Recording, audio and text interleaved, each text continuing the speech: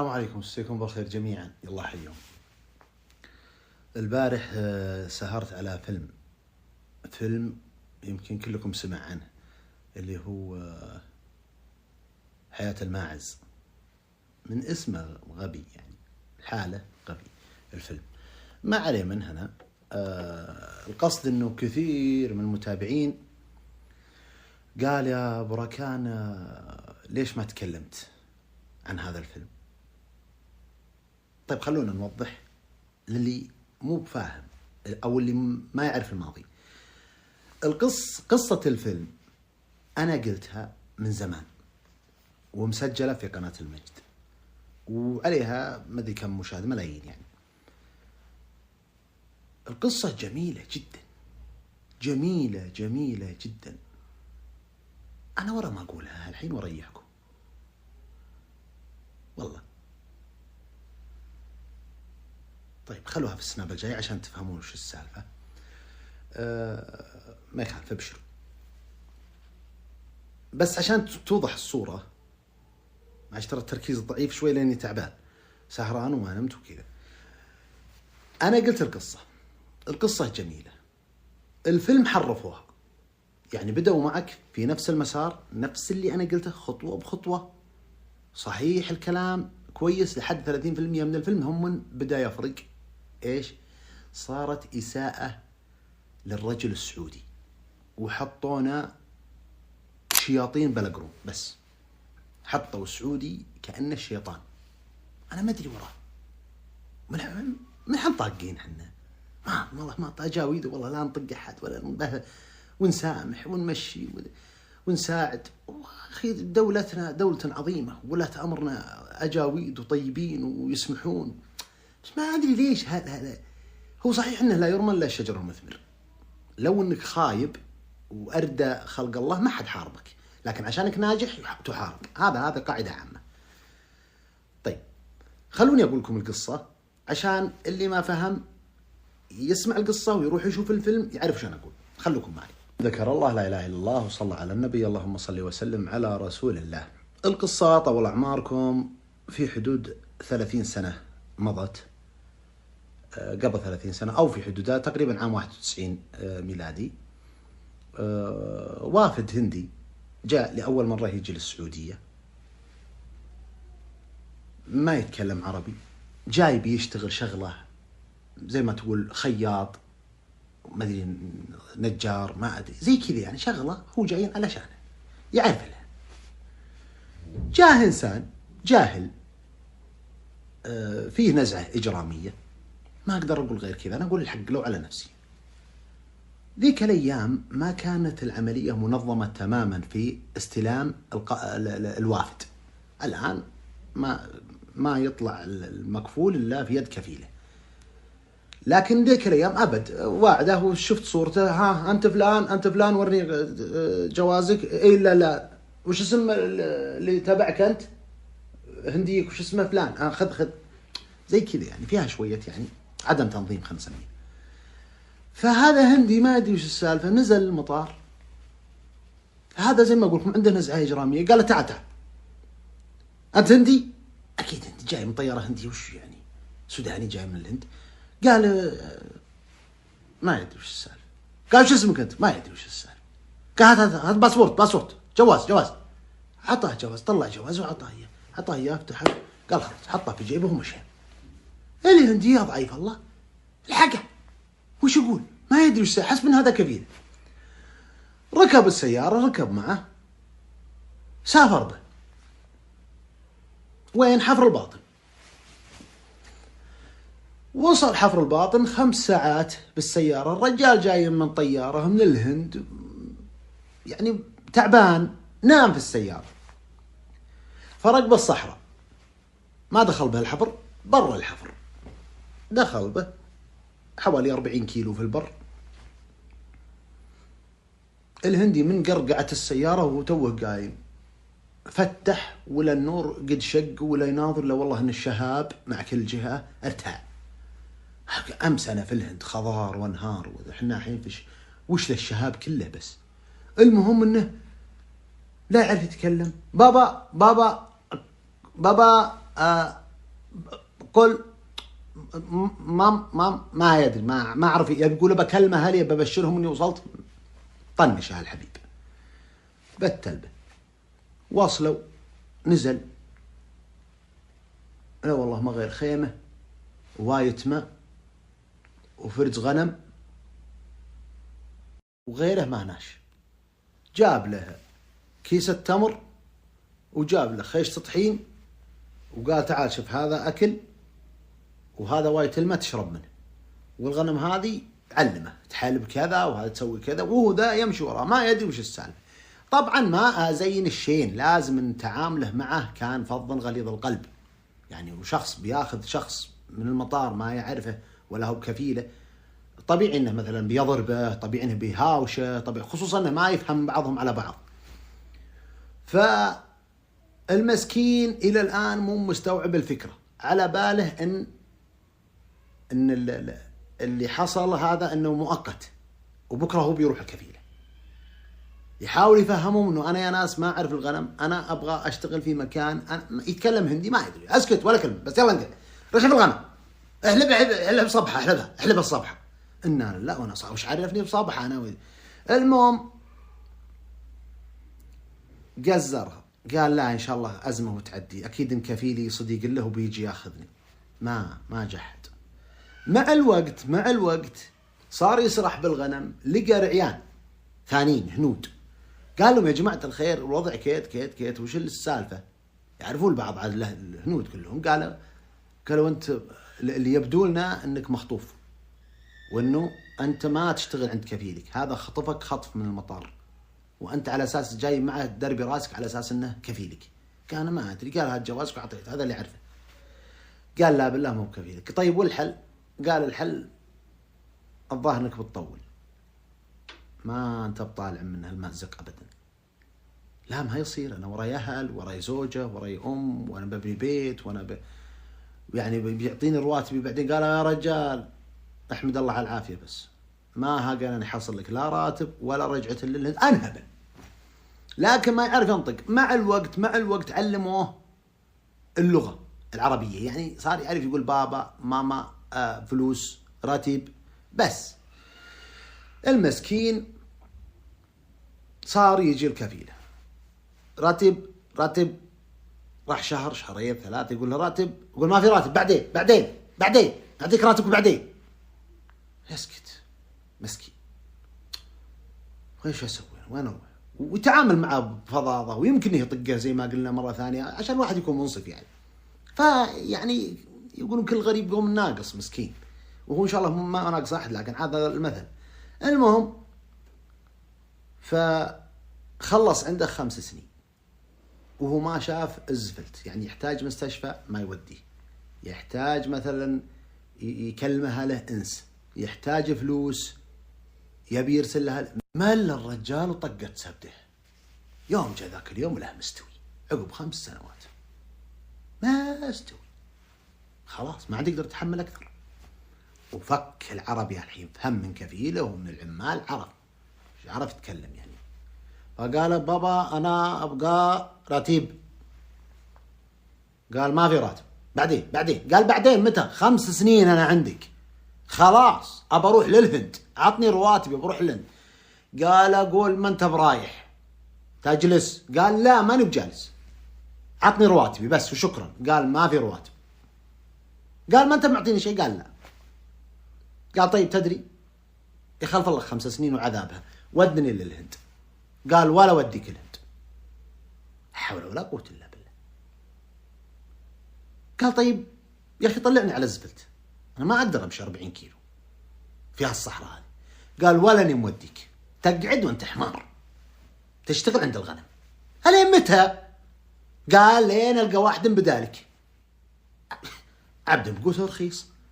اي والله هذا ما غير ياكل تمر ودقيق بلاش، هذا وده جايز له فيه هجرة. لكن عاد الشكوى الله يمثل نفسه، ما يمثلنا احنا شعب سعودي يعني. زاد الكلام بينهم، احتماش والله، والهندي منغاض وذا صامل ومتعود يطقه طقه تطاقب. المرة ذي ما استسلم الهندي، العادة الهندي مسكين لا بابا لا هالمرة قال ما في بابا أنا بابا الحين، وتوقظبه وتقاضب وتلوه وياه ويتلوه وياه ومعاه الرجاجيل وطق طق طق طق طق. خلاص خربت الهندي ينعمه، واحضر الشيطان أعوذ بالله من الشيطان الرجيم، لا فيه منصورة القطها وضربه مع راسه.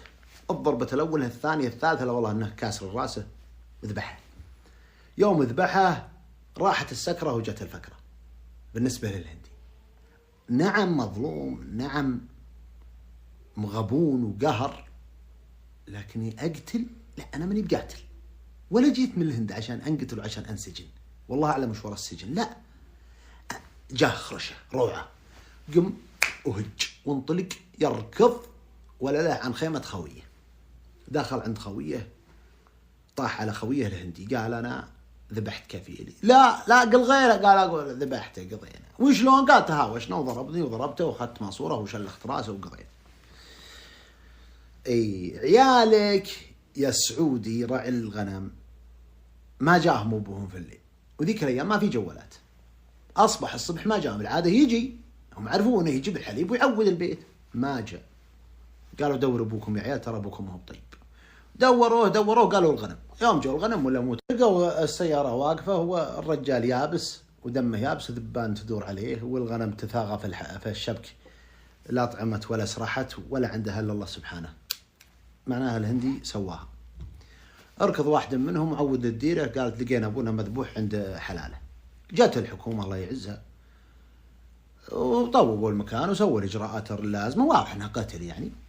الهندي مو فيه، واضح انها 90% الهندي من بيصير يعني.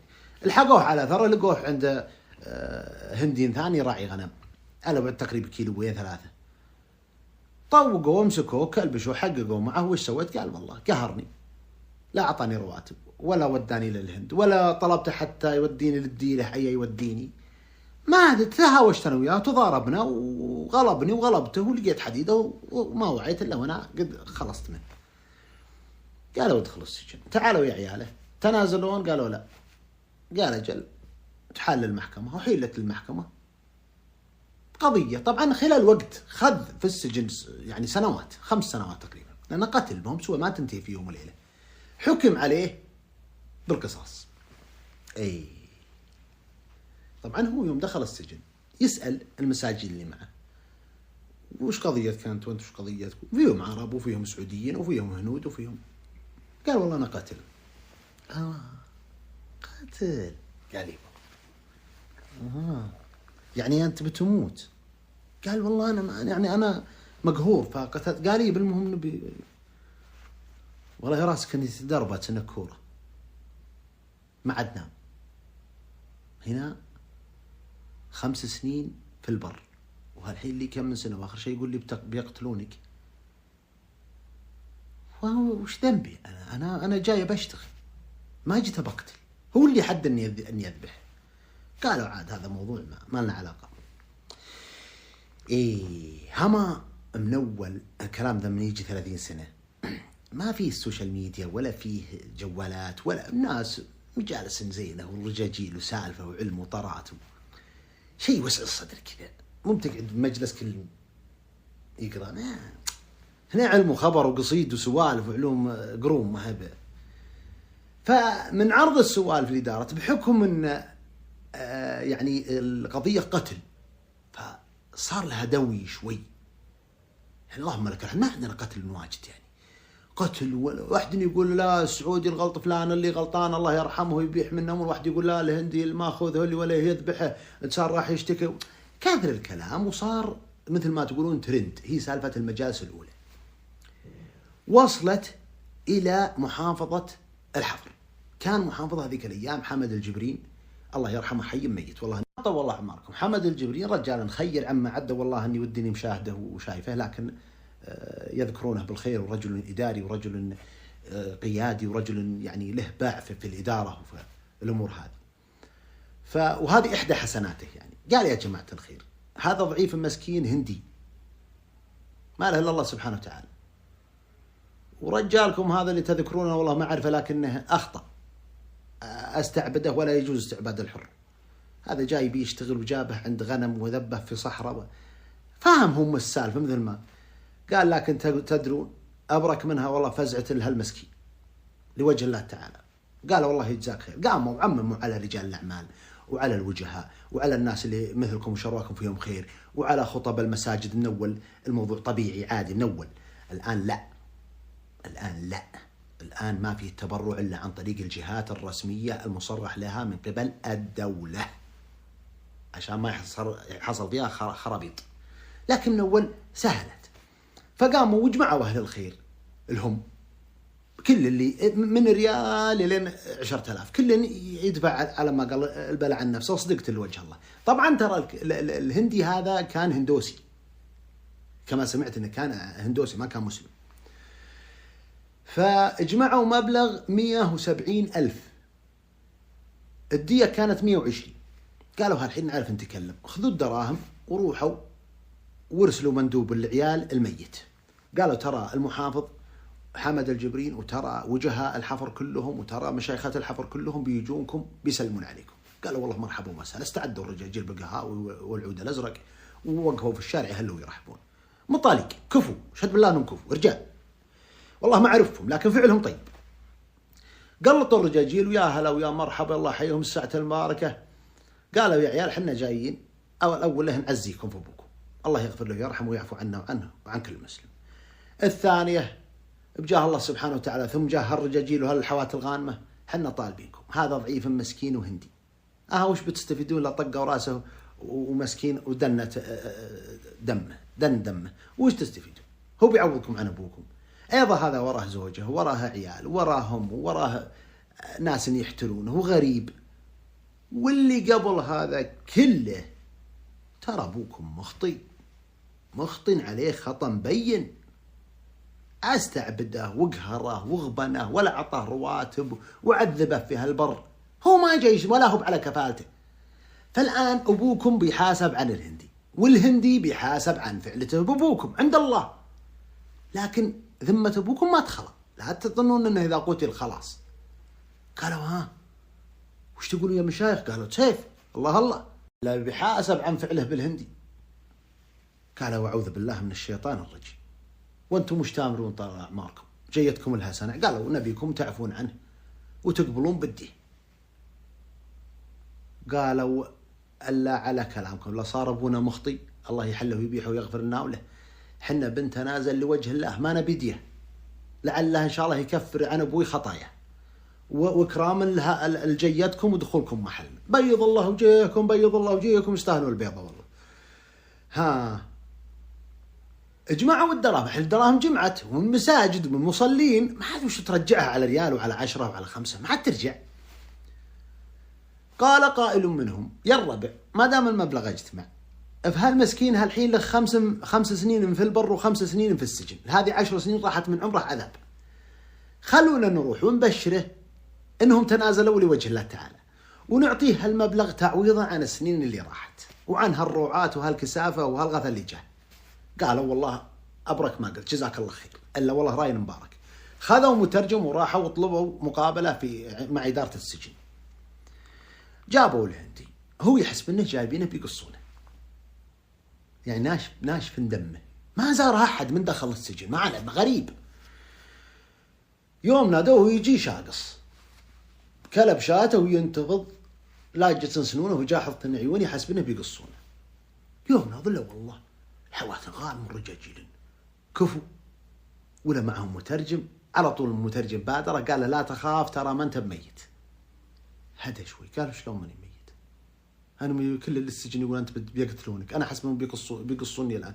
قال لا انا بعلمك، انا معي لك بشاره، كل هذولي وجهاء الديره وهذا محافظ البلد وهذا كذا وهذا فلان وهذا فلان، هذول ناس علية القوم هنا وناس فيهم خير، وتراهم راحوا للأبناء المقتول وصار كذا كذا كذا، وأبناء المقتول تنازلوا وراحوا للمحكمة ووقعوا تنازلهم عنك لوجه الله تعالى.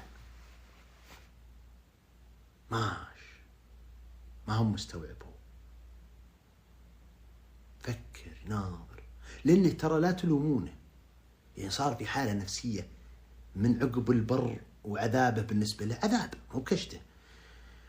هم من السجن ولا قد انسجن يعني هذا يبي له علاج نفسي 20 سنة الله يعظم أجره.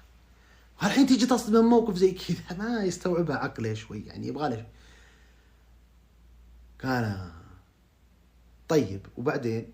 قالوا أبد، تنازلوا ما يبغون منك شيء، وإن شاء الله كلها فترة بسيطة تخلص إجراءاتك وبتسافر للهند.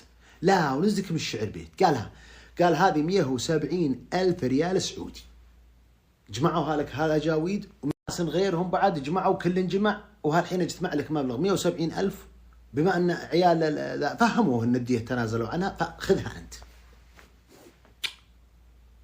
هذا مو مسلم وهندي وعندهم ما فيه ربية تاخذها إلا بتشتغل مقابلها، ما في شيء خذ فلوس كذا. قال يا جماعة دقيقة انتم فهموني، لا تضحكون علي، إذا بتقصوني قصوني، بس يعني عادي لا تعذبوني تأملون بي. قالوا لا والله صدق. يقولوا مترجم، يضحكون، يقولوا قل له يترجم لهم.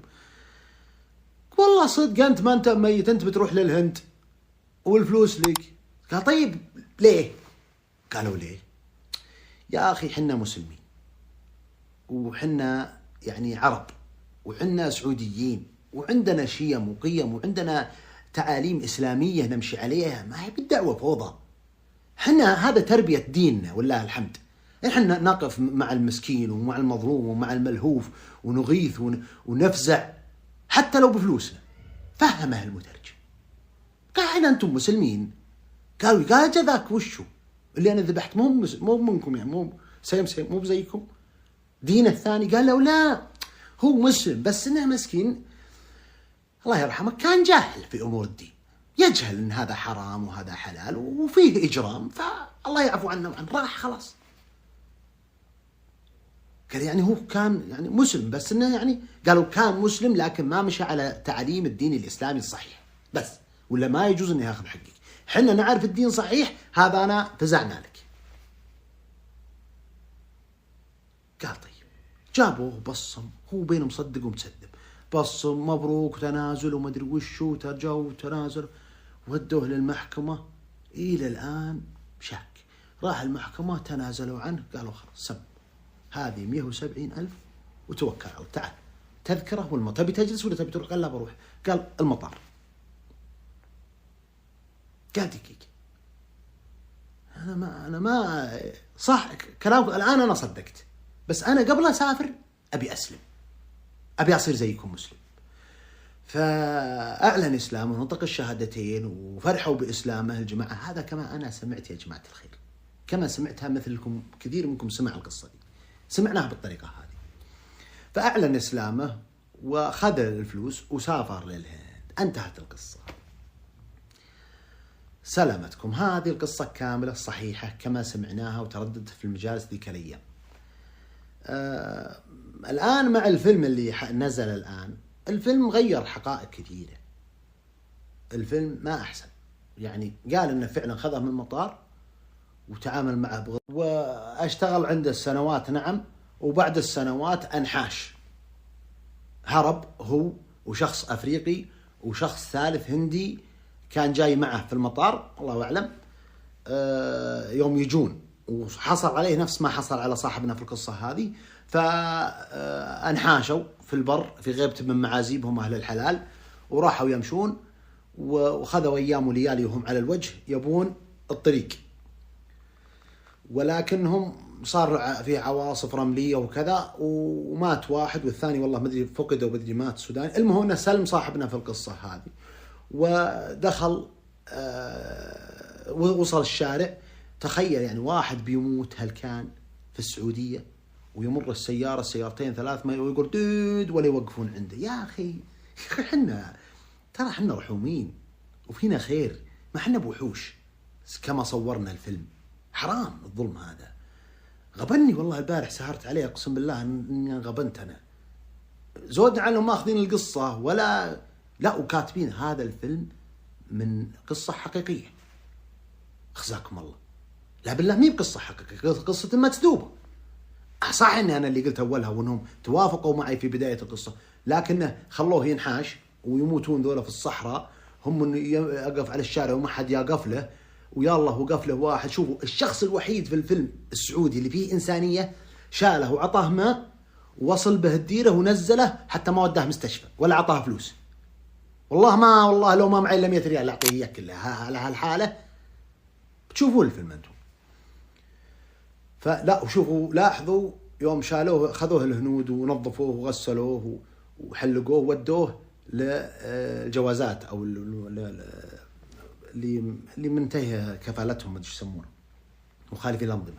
فاحجروهم عمال ويدخل السعودي كذا مشخص بعقال، طبعا مو بسعوديين كلهم، يدخل كذا ويتفرج عليهم كذا، واذا لقى الهندي اللي منحاشم منه اللي هو كفيله مسكه بالعقال.